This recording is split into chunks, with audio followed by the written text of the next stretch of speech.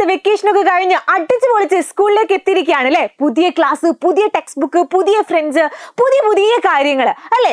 പക്ഷെ എന്നാലും കൂടിയിട്ട് കുറച്ച് മടി ഉണ്ടാവും. 2 മാസത്തെ വെക്കേഷൻ കഴിഞ്ഞിട്ട് പെട്ടെന്ന് ബുക്കും പേനയും ഒക്കെ കാണുമ്പോൾ വളരെ ഒരു വല്ലാത്തൊരു മടിയായിരിക്കും.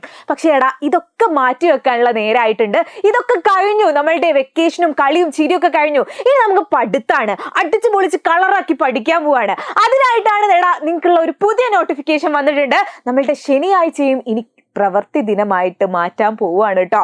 അതായത് കുറെ ശനിയാഴ്ച ഒന്നുമില്ല.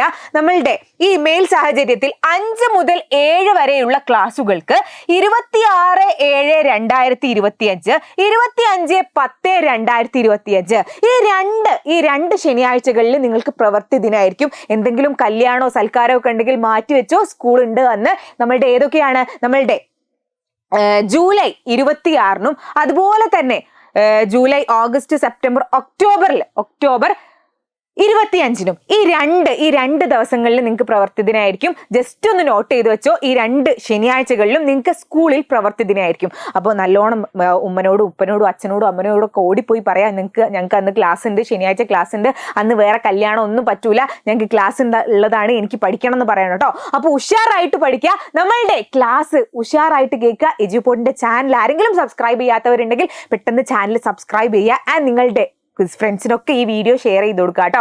ആർക്കും അറിയുന്നുണ്ടാവില്ല, അവരൊക്കെ വേറെ ഏതോ വഴിക്ക് പോകും. അന്നേക്ക് ട്രിപ്പൊക്കെ ഇപ്പോഴേ പ്ലാൻ ചെയ്യുന്നുണ്ടാവും. അപ്പോൾ അതൊക്കെ നിർത്തി വെച്ചോ, വേഗം ഓടി വരാൻ പറയാം ക്ലാസ്സിലേക്ക്. ഓക്കെ, ദെൻ മറ്റൊരു വീഡിയോയുമായി കാണാം. അതുവരേക്കും ബൈ.